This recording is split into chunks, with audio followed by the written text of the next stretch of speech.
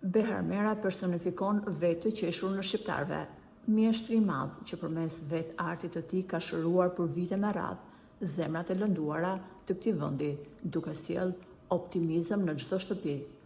Është e pabesueshme se sipas atij imazhi që rrezaton vetëm lumturi e komedi, fshihet një kthes kaq mizore e fatit. Prej Beharit të gjithë jemi mësuar të presim vetëm risi, momente festive dhe energji unike që ma gjepse publikun sa herë që ai ngjitej në skenë. Por sot, çdo shpresë për të parë sërish të njëjtin shkëlqim është venitur në peshën e një zije të papritur. Ata që prisin projektet e reja artistike, sot gjejnë një realitet të zymt dhe të palëvizshëm. Çdo duartrokitje ka ngrirë, sepse jeta e goditi aty ku i dhëm më shumë, pa paralajmërim, pa mëshirë.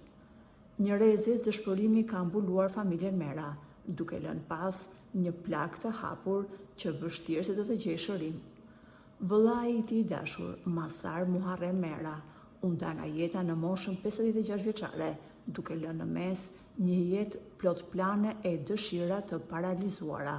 Kjo ikje e parakoshme ka tronditur thellë themelet e familjes, të cilët ndodhen përpara një dhimbje të pafundme që nuk pranon dot asnjë logjik.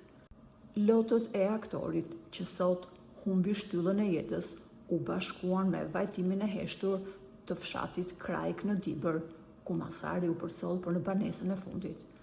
Arti shqiptar sot mbazi në heshtje, sepse ai që na fali për hergëzim, sot po përjeton dramën më të madhe të shpirtit të tij.